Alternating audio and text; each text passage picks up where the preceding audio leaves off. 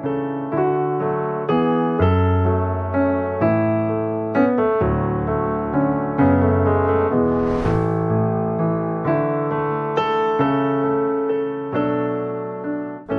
irmãos, a paz do Senhor. Tudo bem com vocês? Desejo que a bênção do Senhor esteja sobre a vida de todos os que nos assistem. Eu sou o presbítero Josué Batista e você está conosco no canal Bereano Pentecostal, um canal voltado para o estudo da Palavra de Deus e para o desenvolvimento da vida cristã. Aqui você encontra conteúdos diversos para a sua edificação espiritual. Por isso eu te convido a se inscrever no canal e ativar o sininho das notificações para receber os nossos conteúdos. Estamos aqui, gente, para mais um bate-papo. E o nosso bate-papo de hoje faz parte de um quadro aqui do nosso canal, em que nós abordamos temas relevantes para a fé dos cristãos, dos crentes em Jesus. E hoje, dia 31 de outubro, é um dia muito importante para todos os cristãos de viés protestante, evangélico, porque hoje se celebra a Reforma Protestante. Mais precisamente, estamos celebrando 507 anos da Reforma Protestante. De fato, uma data que nós consideramos um fato histórico marcante, né, para a história da Igreja. E para falar deste tema, para conversar conosco, não se trata de um debate, mas uma conversa, um bate-papo, nós estamos aqui contando com a participação do nosso querido professor Neto da Nóbrega. O Neto da Nóbrega, ele é da Nóbrega ou Neto da Nóbrega? Muito bem. Isso. Ele é um historiador formado em História, também é um cientista político, né? Isso. E um servo de Deus, um professor também de teologia, e ele está conosco aqui para este bate-papo, para esta conversa, que creio vai ser muito edificante. Desde já eu te convido a ficar conosco até o final. Certamente há muitos outros canais e muito conteúdo na internet e em livros sobre este tema. Mas a nossa conversa aqui vai ser uma conversa leve e que vai contribuir realmente para trazer não novas informações, mas para trazer as informações mais importantes deste período, deste fato histórico, né? E as implicações, inclusive, para os pentecostais, porque o nosso canal aqui é o Bereano Pentecostal. Bom, Neto, saúde aí os nossos irmãos que nos assistem e vamos conversar em nome de Jesus. Amém. Eu sou grato a Deus por esta oportunidade. Deus abençoe a todos os nossos ouvintes, aqueles que são nossos telespectadores, né, que participam desse projeto do Bereano Pentecostal, que tem edificado muitas vidas, e é uma alegria estar com o senhor mais uma vez aqui, irmão Josué. Deus abençoe esse projeto. Tenho acompanhado pelas redes sociais, pelo YouTube, temos sido ricamente abençoados, estamos levando o projeto avante, porque eu falo assim, avante, porque a gente vai distribuindo os materiais, né, que são disponibilizados aqui no canal aos nossos irmãos, né, de várias igrejas, né? Tive até inclusive a oportunidade de ir numa igreja pregar e os irmãos estavam lá na porta da igreja com um marcadorzinho de texto do Bereano Pentecostal, né? E o projeto tem ido adiante, e louvado seja Deus pela vida do nosso irmão Josué e desse tão abençoado projeto, né, que tem edificado a vida espiritual dos nossos irmãos. Então, para mim é uma alegria estar aqui mais uma vez. Eu me sinto muito honrado de estar aqui somando essa mesa. Eu sei que muita gente boa, importante, assistiu aqui. E glória a Deus por este tempo, por essa oportunidade de alguma forma poder contribuir mais uma vez nesse projeto que tem como ideal a edificação espiritual de todo crente em Jesus, né? Amém. A honra é nossa, a alegria de recebê-lo mais uma vez aqui. O irmão Neto esteve conosco participando de um estudo da Escola Dominical, não foi? Isso.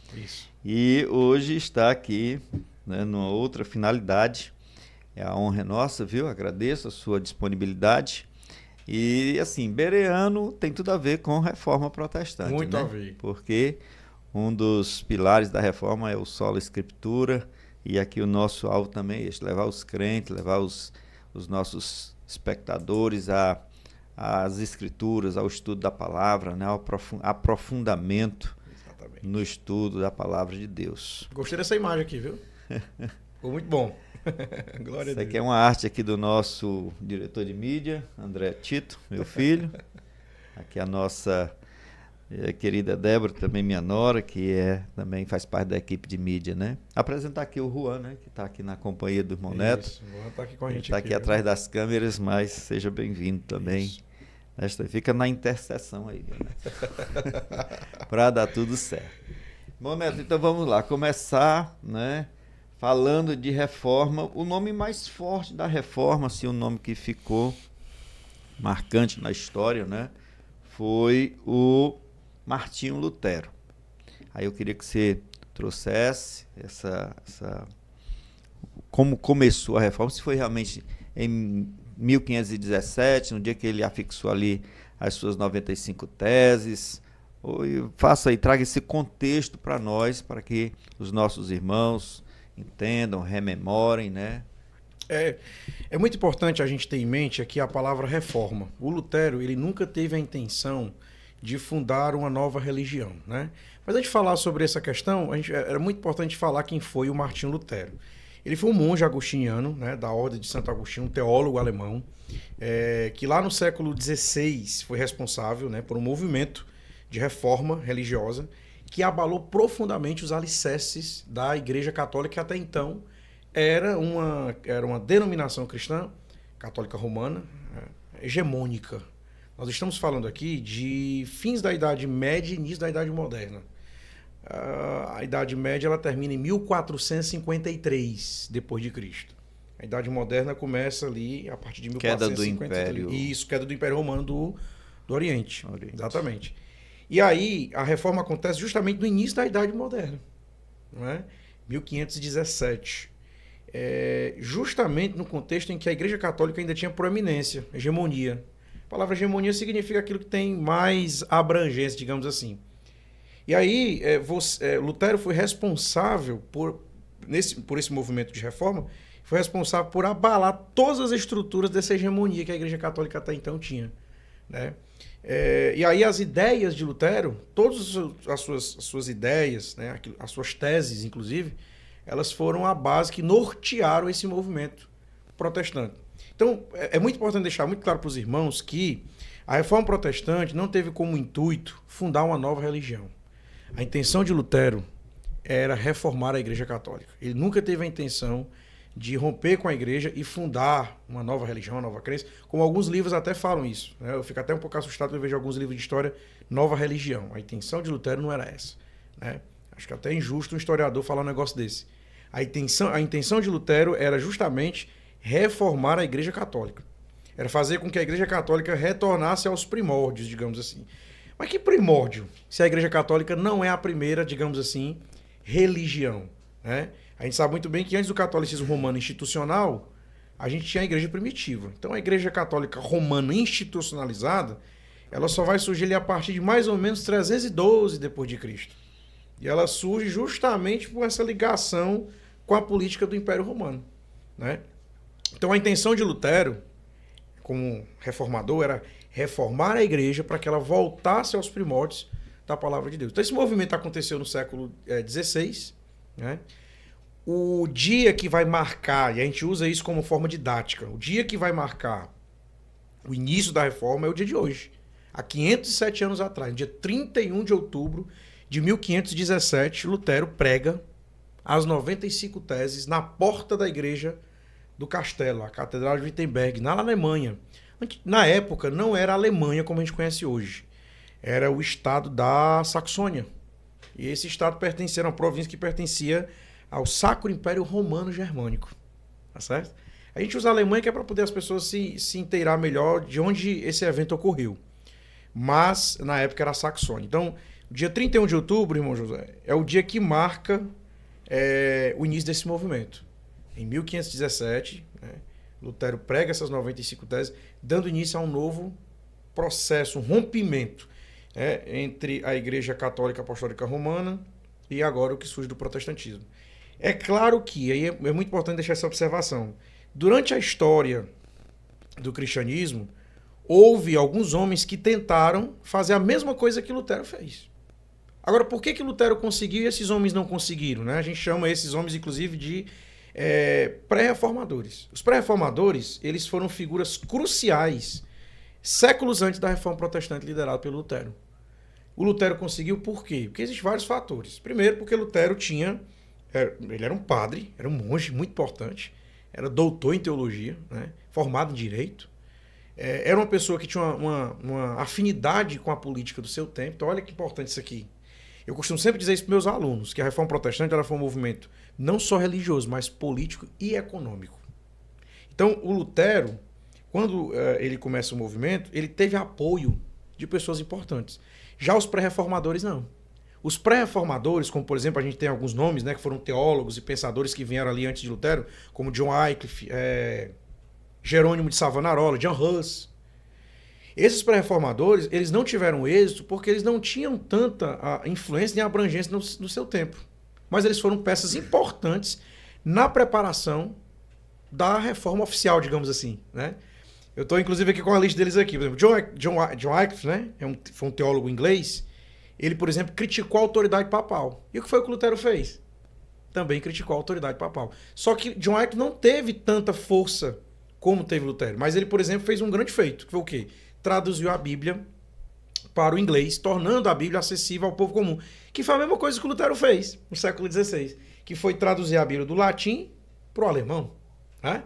A gente tem outro personagem muito importante, que é um pré-reformador, que veio antes de Lutero, que é John Huss, que era um teólogo tcheco, que seguiu os ensinamentos de Wycliffe e que foi condenado à morte também por heresia. Né? A gente tem também o Pedro Valdo. Pedro Valdo era um mercador francês que fundou o movimento dos valdenses. Até por curiosidade, quem está nos vendo aí, você pode pesquisar depois no YouTube ou no Google mesmo, dá um Google aí, coloca Igreja Valdense. Igreja Evangélica Valdense. Existe até hoje essa denominação evangélica, que é a Igreja dos Valdenses, que foi fundada pelo Pedro Valdo. Só que essa denominação, que surgiu antes da Reforma Protestante, interessante isso, né? Eles pregavam muito uma vida mais simples, uma vida baseada numa vida mais simples, uma ênfase na pobreza, a simplicidade evangélica. Tá? É muito importante deixar isso claro para os irmãos. Esses são os pré-reformadores. Os porque vieram antes de Lutero. Só que Lutero ele é considerado o reformador oficial. Por quê? Porque o que ele fez, o trabalho de Lutero deu certo. Tá certo? Deu certo. Primeiro porque a igreja estava bastante corrompida. Essa, inclusive, eu posso dizer que é uma das primeiras causas da Reforma Protestante. Corrupção dentro da igreja. Pronto, aí você fala desse contexto, né? Isso. Que levou à reforma. Isso, exatamente. Então, o Lutero, ele teve apoio, pastor Josué, ele teve apoio de príncipes importantes naquela época. Ele teve apoio, por exemplo, de autoridades políticas. As ideias... Lutero, ele defendia... Porque a gente, quando fala reforma protestante, a gente já faz logo uma associação à questão religiosa, que é o principal, óbvio. Óbvio. Mas, por exemplo, Lutero não era contra lucrar. Ter riqueza, ter dinheiro. A Igreja Católica se posicionava contra o lucro. Então, Lutero já tinha um pensamento um pouco diferente. Então, essa ideia, esse discurso dele, religioso e ao mesmo tempo a favor de que pessoas podiam lucrar, já começa a entrar de uma forma bem interessante nos ouvidos dos mercadores daquela época, da burguesia, digamos assim. Então, e politicamente falando também, né? Lutero pregava contra essa ligação, essa afinidade da igreja com a política. Né? Então, esse tipo de postura do Lutero fez com que ele tivesse apoio e esse movimento desse certo. Porém, a gente sabe muito bem que a intenção dele era reformar a igreja. Mas não foi o que aconteceu. A história nos mostra que ele foi excomungado. Ele saiu, foi expulso da Igreja Católica. Né? Então, eu posso pontuar aqui como causa, se fosse colocar aqui no quadro, eu faço sala de aula, causas da reforma. A primeira causa, corrupção na igreja. Corrupção na igreja em que sentido? Venda de indulgência. Indulgência significa perdão. Prática de simonia, que era a venda de objetos ungidos. Parece muito com o que a gente vê no dia de hoje, né? De algumas denominações que a gente... né? Vamos. O pessoal faz muito isso, né? Prática da simonia, né, José? Você está com alguma coisa em mente aí, né? Para falar sobre... E aí, a questão da indulgência, a prática da simonia e o distanciamento da escritura. Com todo respeito aos nossos amigos católicos, mas... além da autoridade da escritura, dentro da Igreja Católica tem também a autoridade da tradição. Então Lutero questionava isso. Para ele, a autoridade agora e única é a palavra de Deus. somente as Escrituras.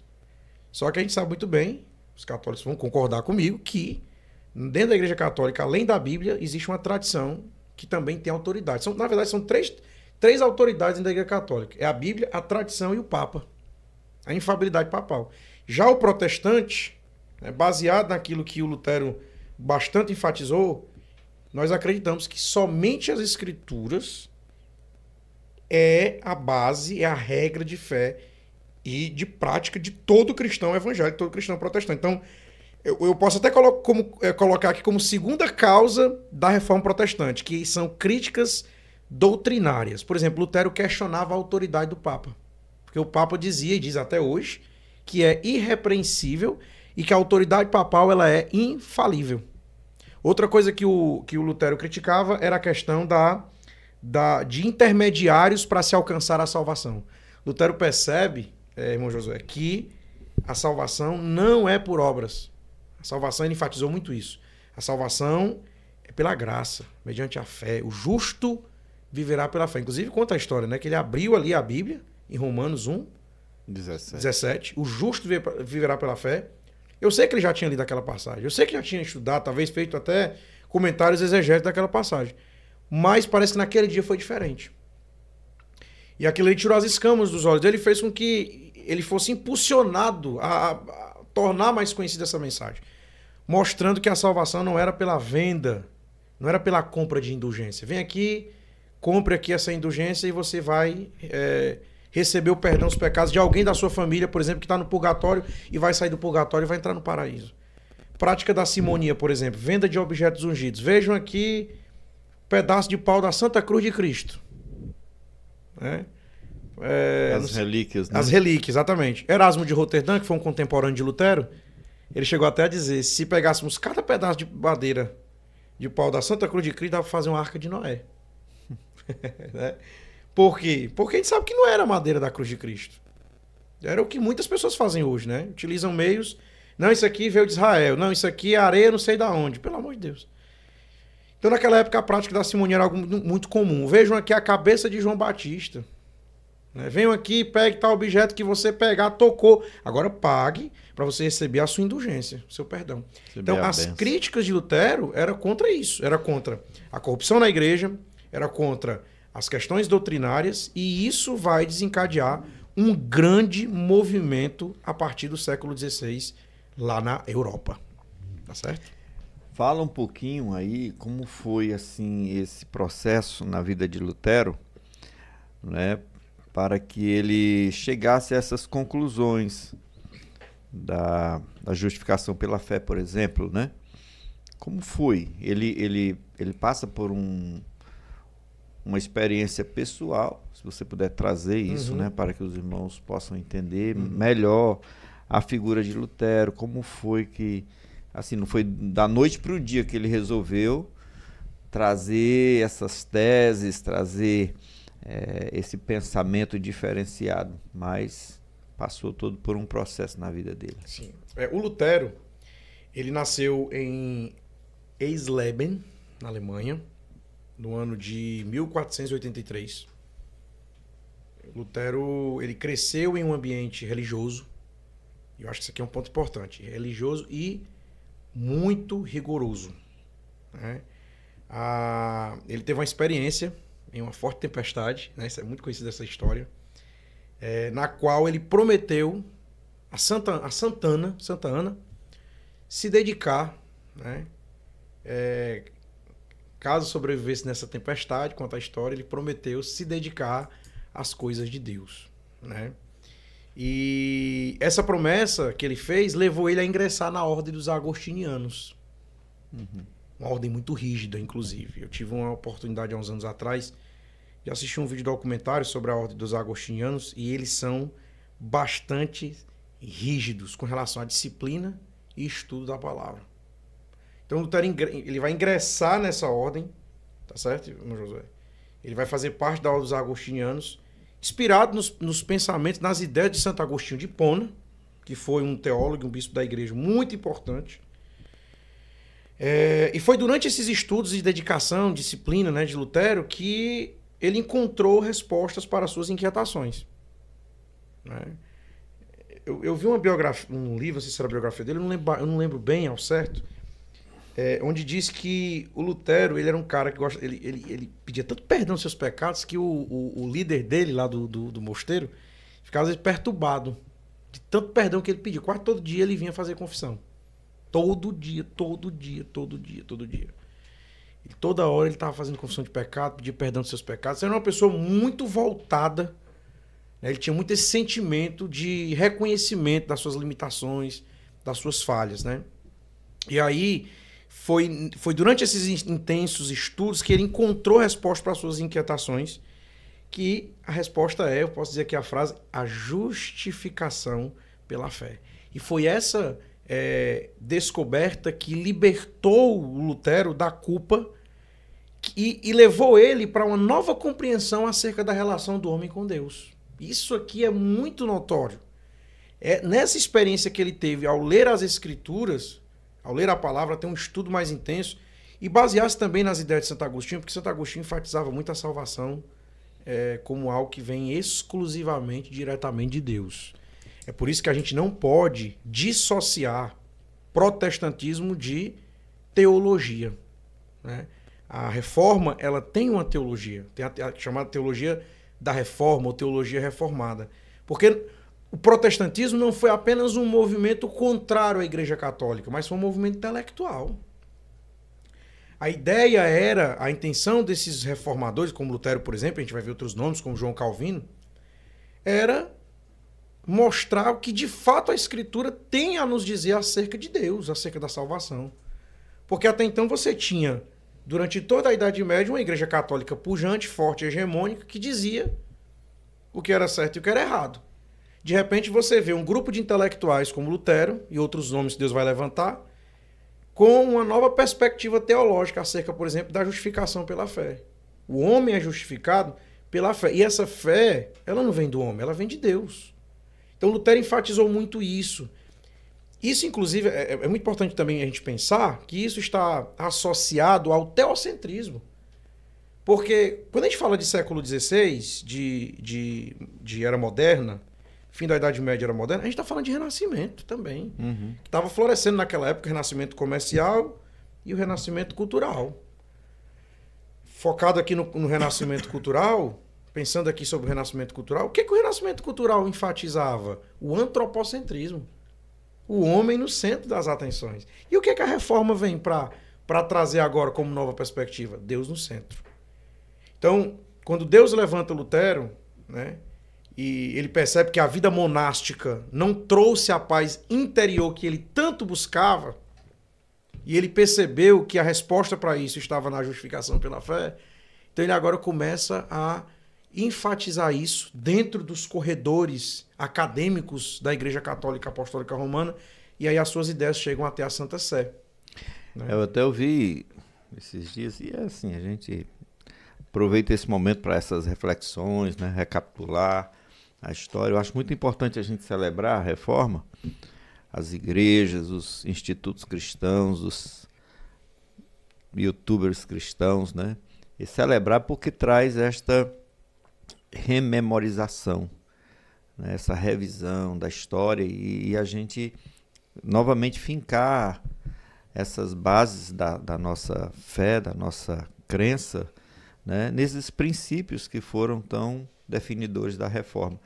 E uma das coisas que quando ele se depara com o texto de Romanos 1:17, né, e ali ele vê que realmente a salvação e o perdão dos pecados, a justiça de Deus, ela é dada pela fé, e ele diz que ali se abriram as portas do paraíso para ele, né?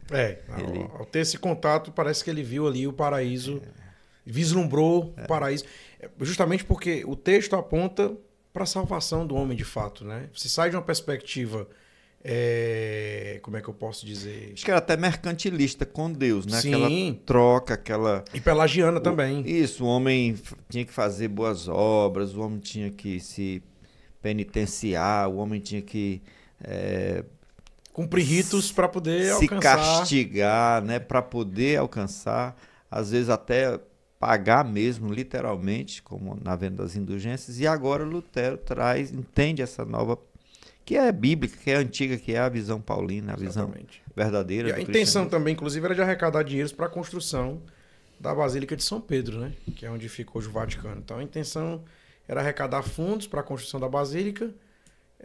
E aí, por isso, eles usaram essa, digamos, essa desculpa, né? Vamos arrecadar aqui, vamos vender indulgência, a gente arrecada o dinheiro e a gente reveste esse dinheiro para a construção da catedral, no caso aí, da Basílica de São Pedro. E a gente sabe que o desdobramento disso, a gente sabe que a história vai nos mostrar isso, é que o desdobramento disso é a expulsão de Lutero, né? Todas as ideias dele vão chegar até o Papa Leão X, que era o Papa da época. Todas as ideias dele. E aí o Papa vai começar a ver com o pé atrás, né? Vai olhar para ele como alguém, um risco. Alguém que vai trazer problema. Esse cara vai trazer problema para dentro da igreja, né? Chamou ele até de javali, né? Exatamente. Esse detalhe é importante, pois é. E aí tentaram, de alguma forma, por diversas formas, barrar o Lutero, né? Tanto que ele se refugiou, se escondeu num castelo.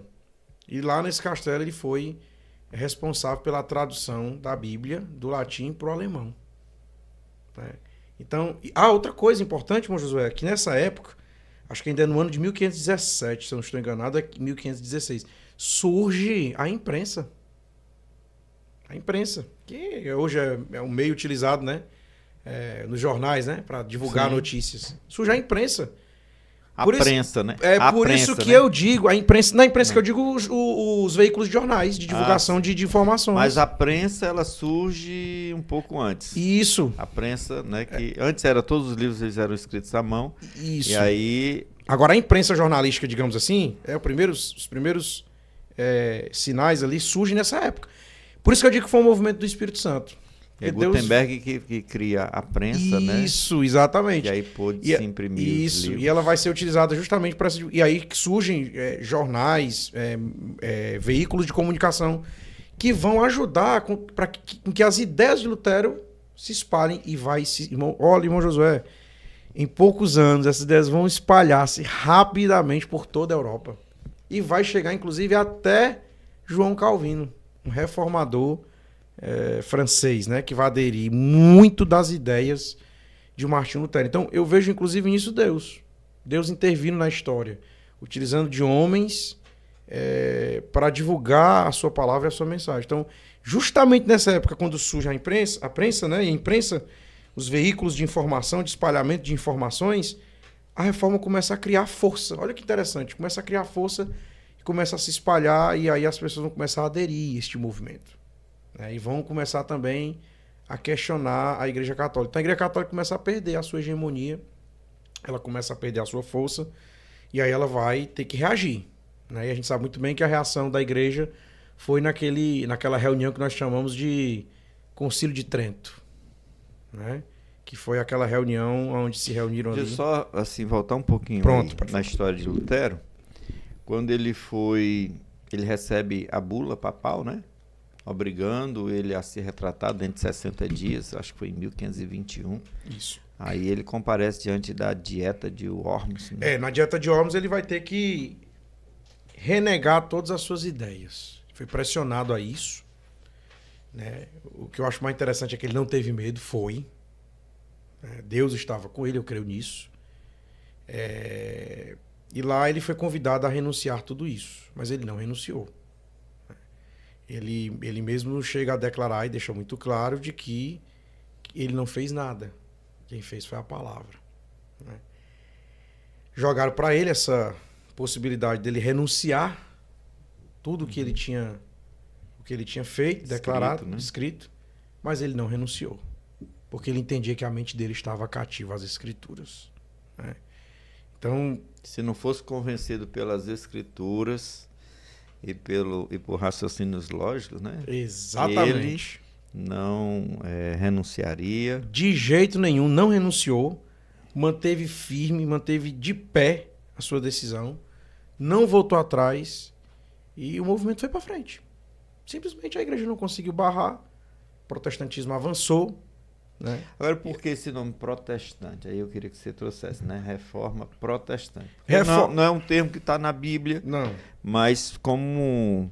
É um termo utilizado por nós historiadores. Veio a se associar aos... A gente utiliza a reforma protestante é um termo utilizado pelos historiadores. Reforma no sentido de restaurar a igreja, que foi a intenção de Lutero, a primeira história nos mostra isso.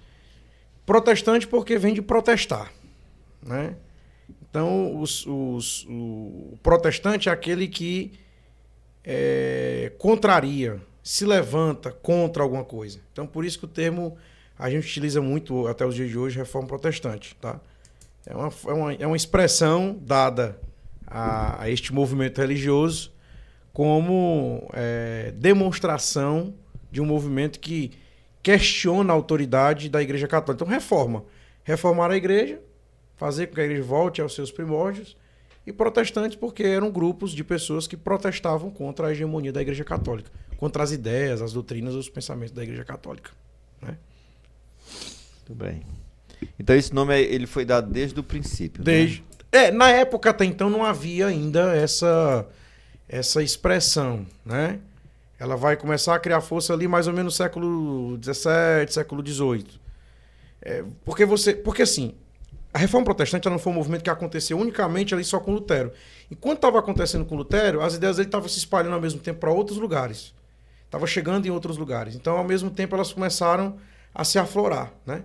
E aí, primeiro, a gente tem o termo protestantes. Então, o termo protestante vem primeiro. Então, ele começa a ser divulgado. Os protestantes, que são aqueles que são contrários ao catolicismo. Então você tem, depois do luteranismo, por exemplo, com Lutero, você vai ter os anabatistas, você vai ter os presbiterianos, que são os huguenotes, você vai ter o calvinismo com João Calvino. A gente sabe que o calvinismo em si só vai surgir depois, a palavra calvinismo, né? Mas o João Calvino vai ser responsável pela reforma em Genebra, né? Então você tem vários nomes, Jaco Arminio, por exemplo, na Holanda. Você tem vários nomes que vão surgir ali pertinho de Lutero, um pouquinho depois, e eles vão ser considerados como protestantes, como alguém contrário a essa hegemonia da Igreja Católica Apostólica Romana, né? Se opõe, né? Isso, exatamente. Protesta. Exatamente. Eu tinha um irmão que assim, na simplicidade dele dizia, eu sou protestante, que eu protesto contra o mal. Eu já vi também isso aí, já. Protesto contra o mal, contra o pecado. Não deixa de ser, né, correto, né? Isso aí. Nós realmente precisamos entender que o termo protestar tem o sentido de romper, né? De se opor àquilo que é contrário à palavra, às escrituras. Aí, irmão, me diga aí, as ideias de Lutero se espalham por toda a Europa, não é? Aí vem um outro nome que você já citou aí várias vezes. Eu queria que você fizesse referência a ele também, mais um pouquinho, que é João Calvino, outro nome muito importante. Cite aí os principais reformadores, né? Eu acho que sempre a gente foca nesses dois, mas há outros nomes sempre assim também muito importantes. Inclusive quem visita a Alemanha hoje lá vê, né, tem lá a estátua, né, dos 5. O senhor já chegou aí já? Ainda não tive, né? esse privilégio. Quem sabe um dia, né? Quem sabe um dia. Os reformadores, eles são aqueles que vão dar a continuidade ao legado, né, aos pensamentos. Eles não concordavam com tudo. Sim. Entre eles, né? Isso é normal. Mas eles foram cruciais, a gente pode dizer assim, dentro do movimento protestante, né? A gente tem, óbvio, por ordem, nós temos primeiro o próprio Martinho Lutero, né? Que é considerado o iniciador, né, desse movimento reformado. Foi ele quem criticou veementemente a Igreja Católica, de forma inclusive mais direta. Depois nós temos o João Calvino, que foi um teólogo francês, né, que desenvolveu a teologia reformada. Lutero já tinha preparado o terreno. Né? Vamos dizer assim. Então, já estava asfaltada a estrada agora. Exatamente. Né? Desse novo ramo do cristianismo, que é o protestantismo, né? Isso. E aí surgem esses outros reformadores. E o Calvino, ouvindo falar o que estava acontecendo lá na Saxônia, ele ficou encantado. Ficou muito encantado, ficou interessado em dar continuidade, né? E aí o João Calvino era esse teólogo francês, nasceu na França, mas passou parte da sua vida em Genebra, na Suíça. E ele ficou muito conhecido por enfatizar a soberania de Deus e a predestinação, né? Aí tem gente que acha que Calvino se resume apenas a predestinação e soberania de Deus. Lutero também é o pai do pensamento capitalista, né?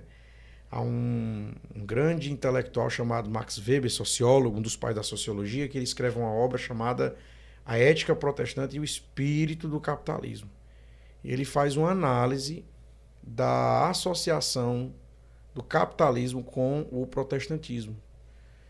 Então o Calvino, irmão Josué, ele é considerado também um dos pais do capitalismo. E o que é que prega o capitalismo? Lucro, livre mercado, liberdades individuais, liberdade dos indivíduos, né?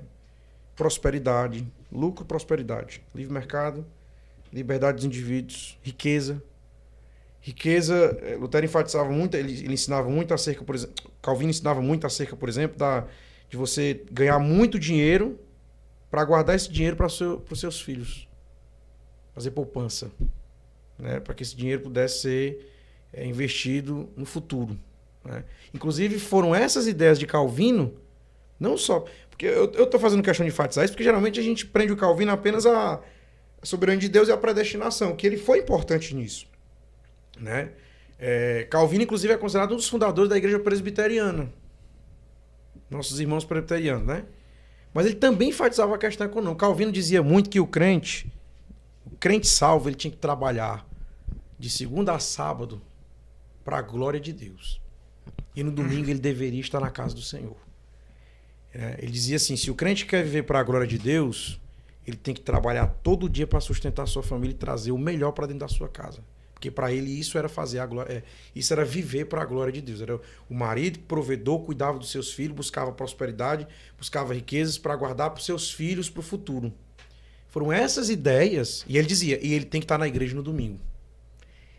Foram essas ideias que deram bases para a fundação dos Estados Unidos da América, né? Se você vê hoje que os Estados Unidos enfatizam muito essa questão do lucro, da prosperidade, né? Do livre mercado, tudo isso foi inspirado nas ideias de João Calvino. E não sou eu que digo isso, é um cara chamado Abraham Kuyper, no livro dele chamado Calvinismo, né? Como cosmovisão.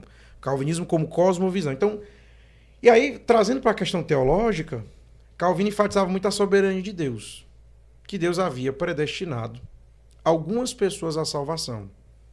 E aí há um equívoco, às vezes, dentro da teologia, tem gente que acha que Calvino dizia que Deus predestinou pessoas para o inferno. Na verdade, dentro da teologia em si, do calvinismo, Deus não predestina pessoas ao inferno, Deus pré-ordena. Por causa da depravação total, o homem já nasce condenado para o inferno, né? Deus, por amor, segundo a teologia calvinista, ele predestinou algumas pessoas. Mas é claro que isso não é o principal assunto aqui. Mas Calvino, ele é um cara muito importante na Reforma Protestante, porque as suas ideias vão se aflorar por toda a Europa também. Não é à toa que até hoje a gente fala de calvinismo. Nunca deixamos, são mais de 500 anos falando não só de Lutero, mas de Calvino também. E ele vai se tornar uma peça principal dentro do protestantismo. Por quê?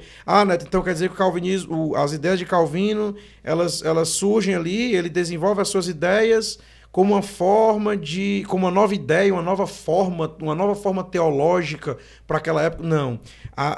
O Calvino, ele desenvolve as suas ideias para responder à Igreja Católica que pregava a salvação pelas obras. As ideias de Calvino surgem para protestar contra a Igreja Católica pelagiana, que enfatizava a salvação pelas obras. Para você ser salvo, você precisa fazer isso. E Lutero vem, e Calvino vem, contrariando essas ideias também, dizendo o seguinte, não, a salvação é pela graça. Ela é um dom de Deus e exclusivamente Deus. Outro nome muito importante, além de Calvino, é Ulrico Zwinglio, né? Que foi o líder da reforma na Suíça. Zwinglio, ele defendia a interpretação da Bíblia de forma literal e foi ele que promoveu a simplificação dos cultos, tá certo?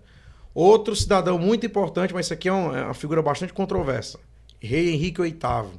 Henrique VIII foi aquele que rompeu com a Igreja Católica e que estabeleceu a Igreja da Inglaterra, chamada Igreja Anglicana, que a gente sabe muito bem que foi fundada por motivações políticas e pessoais. Lembrando que a palavra anglicano vem de anglo, porque os ingleses são de origem anglo-saxônicas. Então, por isso que o nome é Igreja Anglicana. A gente pode chamar tanto de Igreja Anglicana ou de Igreja Inglesa, ou Igreja da Inglaterra. Você pergunta, essa igreja existe até hoje? Existe. Quem é o chefe da Igreja Anglicana? O rei Charles III. O rei da Inglaterra, que é o Charles, o filho da rainha Elizabeth, ele é o chefe da igreja anglicana. Qual é a religião oficial da Inglaterra hoje? A igreja anglicana. Em outras palavras, podemos dizer que o rei Charles III, que a rainha Elizabeth são evangélicos. A rainha Elizabeth era evangélica. Sim. E o rei Charles III era evangélico. São protestantes. São protestantes. Por quê? Porque a igreja anglicana tem uma diferençazinha de protestante com evangélico, né? Tem uma diferençazinha. Tem uma diferença que eu acho que é muito, muito pequena. Porque se a gente for olhar, a fundo, as confissões e as crenças desses movimentos protestantes são bem parecidos com aquilo que qualquer igreja evangélica confessional professa. É bastante parecido. Talvez muda pouca coisa, e eu posso até dizer que muda, por exemplo, com relação à igreja anglicana. A igreja anglicana, ela bebe um pouco da igreja católica e bebe um pouquinho do protestantismo. Só que na teologia, a igreja anglicana é mais evangélica do que católica. Certo? Na reforma protestante, assim, quais foram as principais diferenças, né, dessa nova forma de expressão da fé cristã para o catolicismo? Aí temos a questão das imagens, né, que foi realmente abolido, houve uma iconoclastia, né, uma demolição, destruição das imagens, mas tem outros pontos assim que assim os reformadores viram que precisavam aprofundar e voltar às escrituras. Eu queria que se você pudesse trazer aí. Eu considero como ponto principal. Já temos a justificação pela fé, que é a questão da salvação, né? Eu considero como principal a questão. A maior crítica que os reformadores faziam era contra a infalibilidade do Papa. Né? Qualquer católico tradicional vai concordar comigo que a Igreja Católica diz, instituição católica romana, de que o fundador da igreja é Pedro. E lá dentro mesmo, dos próprios regimentos internos da Igreja Católica, deixam muito claro que Pedro foi o primeiro Papa, o Papa é irrepreensível, o Papa é infalível, né? E enfatiza-se muito também a questão do celibato, né, da Igreja Católica. Então, o que é que os reformadores criticavam? Esse tipo de postura, esses ensinamentos. Porque se a palavra do Papa é infalível, então o Papa é superior à Escritura. Então, o que ele disser, se a Escritura contrapõe, mas o que vale é a palavra dele. Então, o que os reformadores enfatizavam e questionavam e protestaram foi contra essa infalibilidade papal. Uhum. Se a gente for levar isso para a Bíblia, irmão Josué, nós vamos perceber que o Papa ele é sim repreensível. Perceba, nós temos duas palavras aqui: irrepreensível e repreensível. O que é que a Igreja Católica diz atualmente? Que o Papa é irrepreensível, inquestionável. Só que se a gente for para a Bíblia, se a Igreja Católica tem Pedro como referencial, a Bíblia mostra que o apóstolo Pedro, lá em Gálatas 2,11, ele foi repreensível. Está lá em Gálatas 2,11. Diz assim, ó: e Paulo resistiu a Pedro na cara, porque era repreensível. Então, o primeiro Papa, como eles dizem, né, era repreensível. Era alguém que errou. O que é que o apóstolo Pedro estava fazendo? Uma espécie de chapéu de dois bicos. Uma hora ele estava com os da circuncisão. Eu sou da circuncisão. Outra hora ele estava com o pessoal da incircuncisão. Eu sou aqui do pessoal da incircuncisão. Então o apóstolo Paulo chega e dá de cara com ele, questiona ele. E a Bíblia deixa muito claro que o apóstolo Pedro era repreensível. Isso acaba aqui contrapondo o que a igreja diz, que o Papa é irrepreensível. Outra coisa, Cristo veio fundar uma igreja, não um Estado. O que é que o Vaticano é? É um Estado. Com certeza os reformadores já criticavam esse tipo de postura. É claro que o Vaticano vai surgir mesmo lá no Tratado de Latrão, na época do fascismo, início do século XX. Mas a intenção da igreja era isso: tornar a igreja um ambiente politizado, né? Na época de Lutero, por exemplo, era muito comum comprar cargo. Quem tem mais dinheiro comprava o cargo de bispo, de cardeal, de padre. Isso é um absurdo, né? E aí, é nesse sentido que os reformadores eles vão se contrapor, né? Por exemplo, a questão da infalibilidade papal, dos dogmas da infalibilidade do Papa. Então eles vão bater de frente disso e por isso que eles vão romper com a Igreja Católica, rompendo com o Papa. É mais ou menos isso. Nós vamos romper com o Papa. Queremos dizer para o Papa então, que ele não é o dono de tudo. Eles questionaram o papado, né? A autoridade papal e... com isso eles aboliram essa figura e como autoridade entra as escrituras, né? Exatamente. Tira-se uma figura de autoridade e agora as escrituras elas entram. Temos também o questionamento às imagens, né, a adoração, veneração aos santos. Os ícones. Quem era mais radical com relação a isso era o Zwinglio e o Lutero. Ou, Zwinglio e o Calvino. Lutero também tirou as imagens, mas ele não é tão radical quanto esses aí, né? Porque assim, irmão Josué, é muito importante essa discussão também. As imagens, e eu tenho que ser muito honesto com os irmãos que estão nos vendo aqui. As imagens, elas foram utilizadas pela igreja durante a história do cristianismo como uma forma de evangelização aos pagãos. Uhum. O problema é que o desdobramento disso não foi muito bom.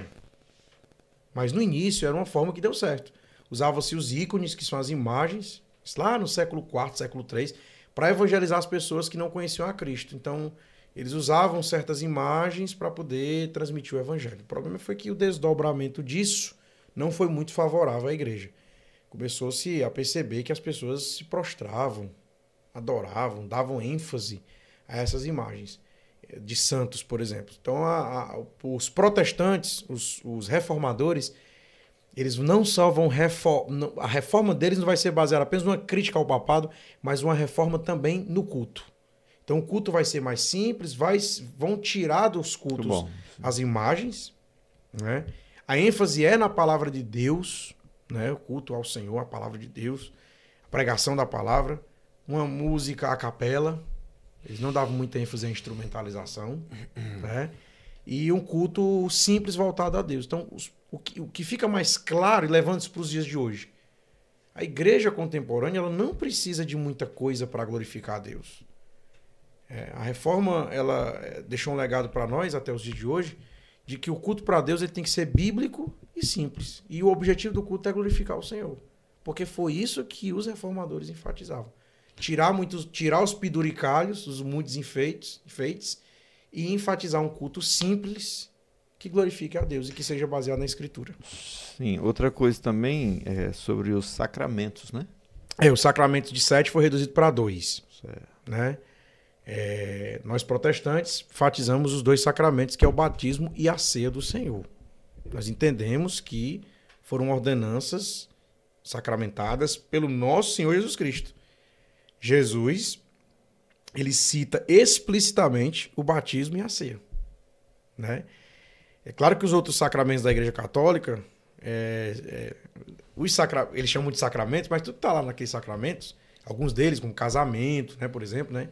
A extrema-unção é o último. A extrema-unção a gente já fica um pouco assim, mas a parte do casamento, né, enfatiza o casamento, é importante, é bíblico, mas por que nós enfatizamos apenas os 2 sacramentos? Porque foram esses 2 sacramentos que foram declarados pelo nosso Senhor e Salvador Jesus Cristo. Foi o que ele deixou para nós, foram ordenanças que ele deixou para a sua igreja. Batizar em nome do Pai, do Filho e do Espírito Santo, e quando vos reunir, tomar o pão, comer o pão e beber o cálice do Senhor. Então, enquanto a Igreja Católica até hoje mantém esses 7 sacramentos, nós evangélicos protestantes mantemos os 2 sacramentos baseados na Escritura, porque a nossa ênfase é a palavra de Deus, né? Depois da Reforma surgiram diversos grupos, né, que podem ser abrigados debaixo desse termo protestante. E o que torna assim o que une todos esses grupos? Porque o protestantismo ele diferente do catolicismo, né? Ele é multifacetado. Multifacetado. Mas existe alguma coisa que a gente possa dizer, que unem todos esses grupos e que possam ser considerados protestantes? É importante, eu acho, trazer esse esclarecimento. Sim, né? Muito bom, irmão José. Que são as denominações, né? Sim. O que é que tornam as denominações evangélicas protestantes? O que torna as denominações evangélicas protestantes é que todas essas denominações estão ligadas aos 5 solas da Reforma. E quais são os 5 solas da Reforma, né? É o sola fide, né? É o sola gratia, né? Tá aqui. Oi? Não tá na arte aí. Não tá. Sola escritura. Isso. Sola fide, sola gratia, você tem o sola deu glória, né? Solos Cristo. Então, todas as igrejas evangélicas, as denominações, sola? estão As pessoas não... somente. Pronto, é importante dizer. Sola fazer uma linguagem bem clara aqui. Sola, né? é somente. Então, todas as denominações evangélicas estão ligadas a este sola, né? Então, toda igreja evangélica que é evangélica, ela enfatiza o sola escritura, sola fide, sola gratia, glória somente a Deus, né? Sola deu glória e solos Cristos. É muito importante a gente enfatizar isso. O que significa, por exemplo, somente a Escritura? Todo evangélico protestante, ele crê que a Bíblia é a regra de fé e prática, é infalível. Quando a gente fala sola fide, somente a fé, nós estamos dizendo que somente a fé, né? Somente a fé é o meio pelo qual Deus se utiliza para se revelar ao homem. Somente a graça, porque o homem é salvo pela graça mediante a fé, e a graça também é o único meio pelo qual Deus oferta ao homem essa possibilidade de salvação. E por que somente glória a Deus? Porque somente Ele deve ser adorado e bendito no culto ao Senhor. Não se coloca nenhum outro elemento, não se dá ênfase ao Papa nem aos santos. Por que só os Cristos? Porque somente Ele é o mediador entre Deus e os homens. Então, toda igreja evangélica tradicional que preza as Escrituras, ela tem como base esses 5 solas da Reforma Protestante. Entre elas nós temos as denominações, por exemplo, como os luteranos, os calvinistas presbiterianos, os anglicanos, os batistas, os metodistas, né? Temos os nossos irmãos congregacionais, né? E algumas outras denominações, né? Diversas. Batista regular, né? Os batistas da convenção. São denominações que enfatizam esse só. E a Assembleia de Deus, né? Porque nós não poderíamos deixar de falar do pentecostalismo. Pronto, eu queria que trouxesse. Nós pentecostais, né? Assembleianos, diversas outras denominações que pertencem a este substrato aqui, né? Isso. Do protestantismo, vamos dizer. Nós podemos nos considerar também protestantes, reformados, ou esse termo aí só se aplica aos tradicionais? O termo reformado, o que caracteriza um cristão reformado? Ele é um calvinista. Ele é um seguidor também das ideias de João Calvino, né? Então, por isso que são chamados de reformados. Nós, pentecostais, somos protestantes. Podemos dizer que somos reformados no sentido de que nós aderimos, né, muitas das ideias dos reformadores. Ideias não, na verdade, pensamentos baseados na Escritura, né? Então, a Reforma Protestante e o pentecostalismo são movimentos, irmão José, que parecem, assim, à primeira vista, distintos, mas eles estão conectados. Há uma conexão. Por quê? Porque o pentecostalismo ele é um desdobramento da Reforma Protestante. Ele é resultado da Reforma Protestante. Por quê? Porque o pentecostalismo surge de dentro de igrejas protestantes. Por exemplo, quem é considerado aí, por exemplo, um dos pilares e pais do movimento pentecostal? Eu digo aqui sem medo de ser feliz, John Wesley. John Wesley é considerado um dos pré-pentecostal, porque ele enfatizava ele dava muita ênfase à santificação. Ele dizia, nós pregamos o batismo com o Espírito Santo, evidência e língua. John Wesley pregava o batismo, uma espécie de batismo, que era uma busca por uma santificação intensa, separação total das coisas do mundo. E ele dizia que essa experiência era posterior à conversão. O crente salvo buscava a santificação. Os pietistas, também eu posso chamá-los de pré-pentecostais. E aí depois nós temos o aflorescimento desses movimentos lá nos Estados Unidos, com Parham, com o William Seymour, na Rua Azusa, né? E aí, o pentecostalismo ele vem para o Brasil, né? Ele começa nos Estados Unidos, né? Muitos historiadores, inclusive, dizem que a origem do pentecostalismo está lá na Rua Azusa, lá no ano de 1906, na Azusa Street, em Los Angeles, nos Estados Unidos. E esse movimento, ele chega, né? O que estava acontecendo em Azusa chega aos ouvidos de diversos líderes, pastores, que eram protestantes, como, por exemplo, Luiz Franciscon. O que estava acontecendo na Rua Azusa chega até a Itália. Chega aos ouvidos de Luiz Franciscon, que era o quê? Que era um ancião da igreja presbiteriana, que sai da igreja presbiteriana e funda a Assembleia Cristiana da Itália.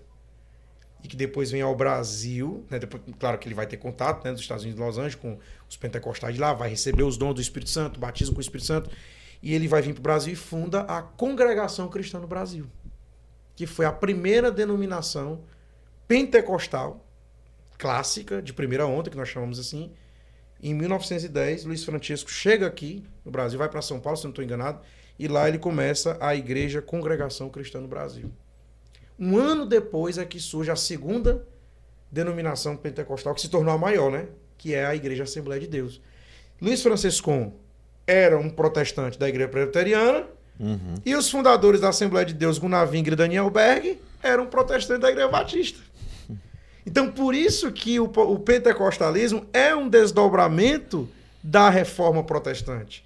Há uma conexão surpreendente entre o pentecostalismo e a reforma protestante e o pentecostalismo. Por quê? Porque todo pentecostal enfatiza solo Deo Glória, sola fide, sola as Escrituras, glória somente a Deus, somente Cristo. Então o pentecostal enfatiza isso. E enfatiza a busca dos dons, né? E os fundadores das denominações pentecostais clássicas eram todos de denominações protestantes. Então, Luiz Franciscon, da CCB, presbiteriano, Gunnar Wingre e Daniel Berg, da Assembleia de Deus, eram batistas. Então, por isso que existe sim essa conexão entre o protestantismo, entre a reforma protestante e o pentecostalismo. E por quê? Eu preciso enfatizar isso para os irmãos. Por quê? Porque o pentecostalismo também dá ênfase à Bíblia. O que diz na nossa declaração de fé das Assembleias de Deus? Eu vou ver até que se eu tenho acesso aqui rapidinho. Ali o livro. Tem aqui o livro? Declaração de fé das Assembleias de Deus? Pronto, tá aqui, ó. Para os nossos telespectadores que estão nos vendo, tá aqui. Tá certo? Mostra aqui? Pronto. Ó, esse nosso livrinho aqui, que é o credo, que é a confissão da nossa igreja. Tá certo? Você vê como o pentecostalismo tem uma ligação, por exemplo, com a ênfase na Bíblia. E aí eu vou aqui no capítulo 1 da nossa confissão de fé, da nossa declaração de fé, sobre as Escrituras. Ó, que importante isso aqui, ó. Deixa eu abrir aqui rápido. Pronto. O que é que diz o capítulo 1 sobre as Escrituras? O que é que vai dizer? Por isso que todo pentecostal é um protestante. E podemos dizer que ele é até um reformado também. Diz aqui, ó, nossa declaração de fé é esta: nós cremos, professamos e ensinamos que a Bíblia Sagrada é a palavra de Deus.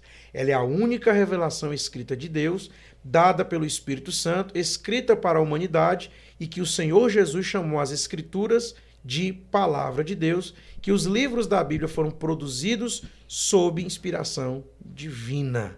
Então, no capítulo 1 da nossa declaração de fé das Assembleias de Deus, nós cremos, nós damos ênfase à palavra de Deus, à Bíblia, porque nós cremos que ela é o único livro de regra de fé e prática. Isso implica que todo pentecostal é um protestante. Então, por isso que existe essa conexão entre o pentecostalismo e o protestantismo. Outro ponto importante é a experiência... Fazendo pode falar. Um parêntese aí, e aproveitando esta oportunidade, né? Porque o nosso canal, quando a gente trouxe esse nome, Bereano Pentecostal, exatamente para tirar, né? Ajudar, assim, contribuir para diminuir essa visão incorreta a respeito dos pentecostais. Preconceito. Esse preconceito, muito bom o termo. Já que se pensa que o pentecostal, ele dá valor mais às experiências do que às escrituras, né? Então é como se tivesse uma autoridade maior à experiência do que à escritura. E nós queremos mostrar que não, né? A nossa regra de fé, o nosso realmente fundamento autoritativo é a palavra de Deus. E aí bereano, porque os bereanos lá em Atos, né, eram aqueles que realmente examinavam as escrituras. E pentecostal porque é a nossa raiz mesmo, esse povo mais fervoroso, que crê na atualidade dos dons, que crê no batismo. Exatamente. No pentecostalismo clássico. Isso. Né? Nós enfatizamos, isso é muito importante, irmão José. Nós somos uma continuidade desse protestantismo. Né? O Gunnar Wingre tem uma frase dele que me marca muito, que ele disse assim... Uma versão mais... Isso, só que numa versão mais... Podemos dizer assim... Protestantismo. Nós somos um grupo de protestantes, mas assim, cheio do fogo, sabe, do Espírito Santo, que nos impulsiona a fazer missão. Eu acho que a palavra-chave do pentecostalismo é missão. Né? As pessoas elas acham, quem não conhece a história do pentecostalismo acha que a nossa ênfase é nos dons. Mas não. A nossa ênfase é buscar os dons para fazer missão. Nós entendemos que ser revestido dos dons do Espírito nos capacita para a obra missionária. Essa é a nossa visão, eu acho que é isso que torna o pentecostalismo, inclusive hoje, como um dos maiores movimentos evangélicos a nível mundial. Se nós fizermos aqui uma pesquisa de campo sobre as maiores denominações hoje pentecostais no Brasil, são duas. A primeira é a Assembleia de Deus, que é a que mais cresce, espalhada pelo mundo, e a segunda é a Congregação Cristã do Brasil.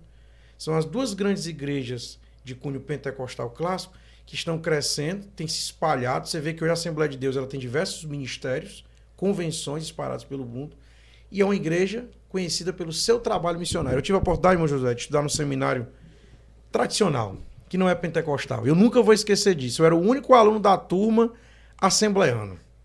Perguntaram lá o nome das denominações, e lá tinha batista, presbiteriano. Quando eu falei que eu era da Assembleia, todo mundo olhou para mim. E aí o professor olhou para mim e disse assim, temos um irmão aqui da Assembleia de Deus, eu queria aproveitar e fazer um elogio para os irmãos da Assembleia de Deus. Aí ele olhou para mim e disse, irmão Neto, nós, evangélicos tradicionais, nós aprendemos muito com vocês acerca de missão. Vocês têm muito a nos ensinar sobre como fazer missões. Né? Mas por quê? Porque isso está baseado em Atos, capítulo 2. Quando o Espírito Santo encheu os crentes no dia de Pentecostes, não foi só para eles falar em língua, mas o Espírito Santo capacitou eles para que eles pudessem fazer a obra missionária. Não é à toa que eles foram cheios do Espírito e começaram a falar outros idiomas. Era a demonstração clara de que o Evangelho não está restrito apenas a um grupo étnico, a um país ou uma língua. Mas o Evangelho está irrestrito, ele vai até outras línguas. E a nossa crença é baseada também em Atos 2,39. A promessa não diz a respeito apenas de vocês, mas aos vossos filhos e a todos os que estão distantes e a todos quanto o Senhor Deus vos chamar, diz o apóstolo Pedro. Então a promessa do Espírito Santo não é só para quem estava lá em Jerusalém, mas essa promessa é para todos aqueles que o Senhor chamar. É para aqueles que também buscarem. Então, o pentecostalismo é isso, ele dá ênfase na Escritura, mas também ele coloca depois da Escritura, primeiro é a palavra de Deus, mas também vem a experiência pessoal com Deus, a busca pelos dons, a capacitação do Espírito Santo para fazer a obra missionária. E outra coisa que a gente não pode esquecer, que a gente não fala quase nada sobre isso. Nós somos protestantes porque nós criticamos o clericalismo. Nós não acreditamos nessa hierarquização que veio da Igreja Católica. É até bom deixar isso muito claro, porque a gente vê às vezes na igreja alguém achar que porque o cara é auxiliar, depois ele vai virar diácono, depois presbítero, depois evangelista e pastor, ele está subindo escada. E isso não é verdade. Isso. A nossa igreja ela não enfatiza isso biblicamente. Nenhum pentecostal clássico vê isso como hierarquia, porque nós somos anticlericais. O que nós pregamos é que todos aqueles que exercem ministério estão exercendo seus papéis e a sua vocação diante de Deus. Isso não torna ninguém maior do que ninguém. O evangelista ou o presbítero não é maior do que o diácono. E nós cremos no sacerdócio de todos, universal, de todos os crentes. O sacerdócio universal. Todo crente, porque até então com a Igreja Católica e sua hegemonia, todo mundo só tinha acesso direto a Deus se tivesse ali uma mediação do Papa ou do padre, do sacerdote. A Reforma Protestante ela vem com essa mensagem bíblica de que todo crente ele é um sacerdote. Mas é o pentecostalismo que verdadeiramente faz isso na prática. Isso, na prática somos nós. Né?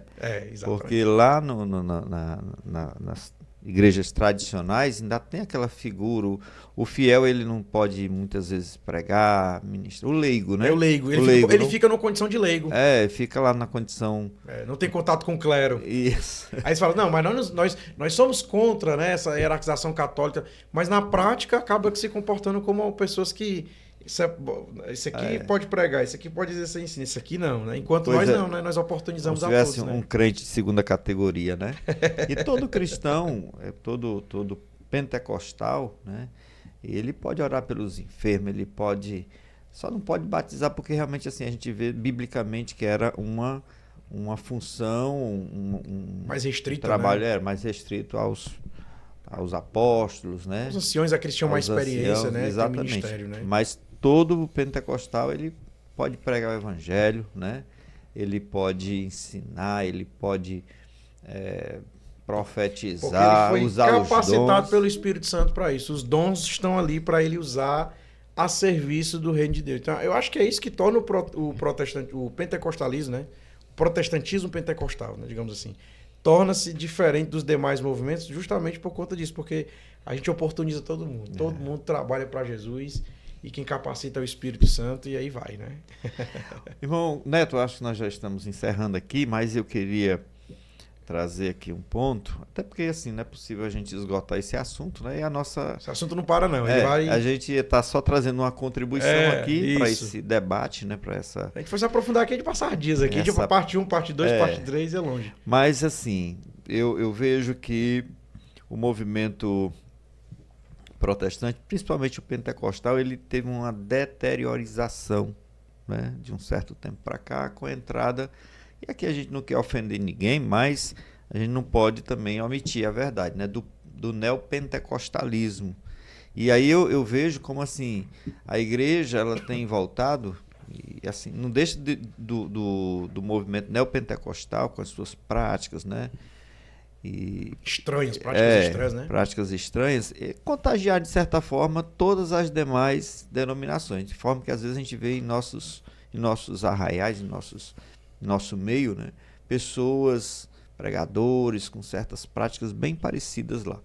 Então assim, eu vejo que será que não é preciso uma nova reforma? E eu queria que você trouxesse assim essa sua compreensão, visão sobre essa parte, né?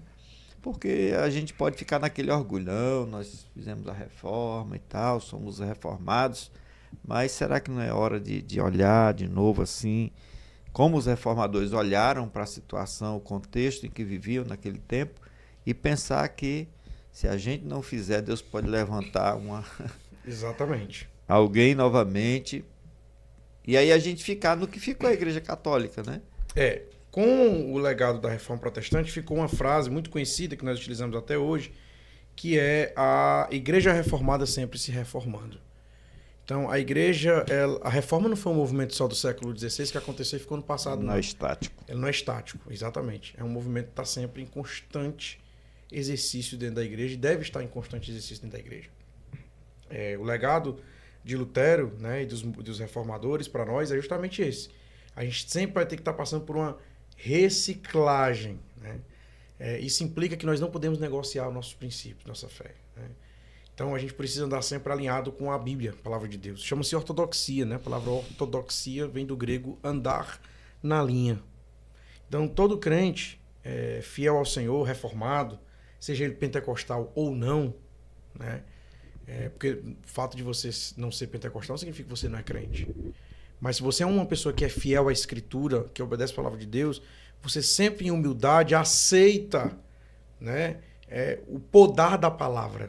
Todo crente, de verdade, ele aceita que a palavra de Deus venha podá-lo, né? Então, eu vejo que isso é necessário para o dia de hoje, sim, viu, meu José? Por quê? Porque o pentecostalismo ele é multifacetado. Nós dividimos a história do pentecostalismo em 3 ondas. A primeira onda é a onda da Assembleia de Deus com a Congregação Cristã do Brasil. A segunda onda é a Deus é Amor, com a Igreja do Brasil para Cristo, a Igreja do Evangelho Quadrangular. E a terceira onda é a onda neopentecostal, que é a Igreja Universal do Reino de Deus, a Igreja Internacional da Graça, Sara Nossa Terra, essas denominações.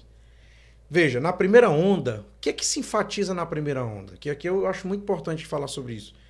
Batismo com o Espírito Santo, evidência das línguas para a obra missionária. Olha, isso aqui é o pentecostalismo clássico. E ele não pode se misturar com essas novas ondas. Qual é a segunda onda? O que é que ela enfatiza? Batalha espiritual, expulsão de demônios e curas de enfermos. Quer dizer que na primeira onda não aceita isso? Claro que todo pentecostal, como nós somos aqui, pentecostais clássicos, nós acreditamos que, em nome de Jesus, nós expulsamos demônios, curamos os enfermos, mas nós não damos ênfase a isso. Por que eu estou dizendo que nós não damos ênfase a isso? Nós cremos que Jesus cura, nós enfatizamos, inclusive, que Jesus cura, mas nós não damos ênfase a isso nos nossos cultos, que é típico de igrejas de segunda onda. Tá lá fazendo culto. Cadê o demônio? Tá aí? Cadê você? Manifesta agora. As campanhas. Exatamente. Isso é típico de igreja de segunda onda. Uma igreja pentecostal clássica, tradicional, ela crê que o Espírito Santo pode fazer sua obra, que pode haver curas e milagres, mas nós não colocamos isso como algo obrigatório no culto, porque nós entendemos que o culto tem que ser bíblico. Ele tem que glorificar, enfatizar Cristo. Esse é o pentecostal clássico. É isso que o pentecostal clássico faz. Por que eu estou dizendo isso? Porque existem preconceitos contra nós com relação a isso. Às vezes nos colocam como se nós fôssemos ou pentecostal de segunda onda ou de terceira onda. Então, o que é que a terceira... falando em terceira onda, o que é que a terceira onda enfatiza? Teologia da prosperidade. Então, nós pentecostais assembleanos, né, nós não somos nem da segunda onda e nem da terceira. Nós não compactuamos com essa forma de trabalhar desse pessoal, porque olha o resultado, veja o resultado desses movimentos, tanto de segunda onda como o movimento neopentecostal. Cai-cai, dente de ouro, revelações de nomes, pseudo-revelações de nomes, CPF, culto a anjo, ênfase a anjo, vai descer o anjo aqui, que vai trazer uma bandeja. Não sei. E você percebe que esse tipo de crença herética, ele tem entrado nos nossos círculos pentecostais, né? Com os famosos, com todo respeito, eu tenho muito respeito, né? Mas não generalizando, os famosos corinhos de fogo, reteté, dança, aquela coisa que o pessoal... Isso aí é resultado do neopentecostalismo. Essas crendices, esse misticismo. Traga a carteira de trabalho para orar na carteira de trabalho. Traga uma foto de alguém. Copo d'água. Um copo de água. Traga a gente vai lhe dar um sal, uma rosa ungida para você. Que é a prática da simonia, que era combatida pelos reformadores, mas as igrejas neopentecostais trazem isso para os dias de hoje, né? Não é à toa, pastor, que alguns pastores da Assembleia de Deus não consideram essas denominações como irmãos em Cristo. Porque nós entendemos que essas igrejas elas estão distantes da nossa perspectiva protestante, da perspectiva reformada, do que de fato é. É por isso que quando nós recebemos lá em Fortaleza um membro, né, de uma denominação, de outra denominação, o pastor Antônio José, ele deixou isso muito claro. Pode ser até de outra igreja evangélica, mas se ele for fazer parte da Assembleia de Deus do Tempo Central, ele vai passar pelo discipulado de novo. Não para ser rebatizado, mas para entender e aprender o que é que a nossa igreja crê, o que é que nós professamos, qual é a nossa identidade confessional. Porque em tempos de denominações diversas, é necessário que pelo menos uma igreja, ou duas ou três, se destaque e seja notório pela pregação da verdade do evangelho. Porque a falta de compromisso com a reforma protestante tem feito surgir diversos ministérios, diversas igrejas. Aí você tem igreja de todo tipo, ministério de todo tipo. Aí tem bispa, tem apóstola. Onde é que tem na Bíblia bispa, né? Pastora. Onde é que tem na Bíblia, irmãos? Você que está nos assistindo agora aí. Você acha? Ah, mas o pentecostalismo ele é conhecido por dar muita oportunidade para as mulheres. É verdade? As mulheres elas têm um trabalho de muita evidência no movimento pentecostal. Mas nenhuma mulher dentro da Assembleia de Deus ou de igrejas pentecostais tradicionais foi levantada para diaconisa ou para pastora, ou para presbítera ou apóstola. Porque nós entendemos que esse ministério foi dado aos homens. Não porque os homens são melhores do que as mulheres, mas é porque Deus quis dar esse ministério aos homens. São papéis diferentes. E nós precisamos ter esse cuidado, esse zelo, de entender que o ministério ele é específico. Deus deu. E é importante a gente até deixar isso muito claro. Não é uma questão patriarcal, não. Pelo contrário. Jesus disse que o marido deve amar a sua esposa como Cristo amou a sua igreja. Da mesma forma é o ministro. Cristo chama o homem para ser o ministro, para que ele se doe e se sacrifique pelo seu rebanho. O pastor, o diácono, ele foi chamado para se doar. Então isso é muito mais uma questão de se doar para o povo, para as pessoas, do que propriamente uma questão patriarcal, de exclusão. Não tem nada a ver, né? Então o pentecostalismo, nós pentecostais clássicos, nós temos esse compromisso com a Escritura. Por quê? Porque esses movimentos que surgem por aí, alguém que diz, não, mas Deus me consagrou a bispo. Não, eu tive uma revelação de que eu ia abrir esse ministério fulano e tal. E aí você tem igreja de todo tipo, denominações, igrejas com nomes estranhos, pseudos apóstolos e apóstolas que se dizem que receberam uma revelação, quando na verdade passa da Escritura. Então essas igrejas também estão precisando de uma reforma. E nós, pentecostais clássicos, bereanos, nós temos o compromisso de manter no nosso coração esse desejo de uma reforma sempre, para que a palavra de Deus ela seja enaltecida, estabelecida e colocada em ênfase e em prioridade para que o nome do Senhor seja glorificado. Para encerrar, como nós já estamos aí com 500 anos, né, de reforma protestante, a gente também pode apontar um problema, irmão Neto, que a gente precisa estar atento com ele, é a questão do nominalismo. Né? Pessoas que passam a se denominar evangélicas, protestantes e até pentecostais, simplesmente por uma tradição familiar, né? Porque nasceram em um lar evangélico. Você tocou num ponto importante agora, viu? E eu queria que a gente arrematasse a nossa conversa, né? Porque do jeito que no catolicismo foi se tornando uma tradição e as pessoas seguem aquela religião por conta de uma tradição de ter recebido dos pais aquela religião, elas prosseguem naquela religião. Nós temos o nominalismo e eu queria até depois desse vídeo, eu queria pegar uma parte dessa gravação e eu faço questão de ter uma parte assim, vocês conseguirem para mim depois, disso que eu vou falar agora, que não é só o problema do nominalismo, mas também do denominacionalismo. A Reforma Protestante não é a fundação de uma denominação e muito menos uma apologia a um nominalismo. A Reforma Protestante é um movimento do Espírito Santo, de mudança, de retorno às Escrituras. Onde é que eu quero chegar com tudo isso? Irmão Josué, de uns anos para cá, surgiram grupos de crentes tão apegados, mas tão apegados à denominação, à placa denominacional, ao nome da igreja ou à tradição familiar. E isso é muito perigoso. Isso, na verdade, tende a matar pessoas espiritualmente. Por que eu estou dizendo isso? Porque o fato de terem muitas denominações no meio evangélico não significa... O fato de você ter muitas igrejas com vários nomes não significa necessariamente que Jesus tem mais carinho por uma igreja do que pela outra. E o fato de você nascer em uma denominação e a sua família ser de tradição daquela igreja não significa necessariamente que a sua salvação está garantida por isso.